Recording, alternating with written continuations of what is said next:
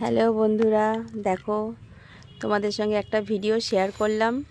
দেখো ভিডিওটি, আমি বাজারে গিয়েছিলাম শাখার দোকানে, একটু শাখা পরবো বলে দুটো হাতে। তো সেখানে গিয়ে দেখি একটা দাদা ভাই শাখা পরছে।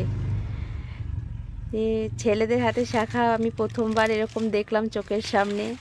দেখেছি অনেক সন্ন্যাস যারা করে তাদের হাতে অনেক সময় আমি শাখা দেখেছি। এই দাদাভাইটাকে শাখা দেখছিলাম, দিয়ে পড়াচ্ছিল শাখা আরও।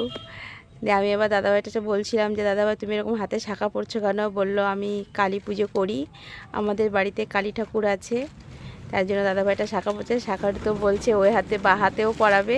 দাদাভাই বলছে না, আমি বা হাতে শাখা পরবো না, এই কাগজটার মধ্যে আমার এই শাখা পলাটা দিয়ে দাও, আমি একটাই পরবো, আমার মা বলেছে এক হাতেই পরতে, তার জন্য উনি এক হাতেই শাখা পরবো বলেছে। আর একটা ওই দাদা, শাখারও দাদা মোড়ো এই কাগজে পেঁচিয়ে দিয়ে দিল দাদাটাকে।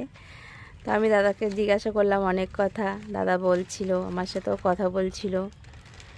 আমি আমার দাদাকে বললাম দাদা তোমাদের বাড়ি কোথায়? দাদা বললো দাদাদের বাড়ি অনেকটা দূরে।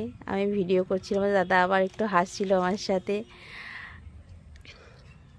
দিয়ে শাখারু দাদা বলছে, আমি এবার বললাম বলে দাদা হাত উঁচু করে শাখাটা দেখালো যে হ্যাঁ দেখো আমি পড়েছি শাখাটা। আর শাখারু দাদা, এই যে শাখারু দাদার নাম বাদল, ওনার দোকানেই আমি শাখা পরি। ঠিক আছে বন্ধুরা, আজকের ভিডিও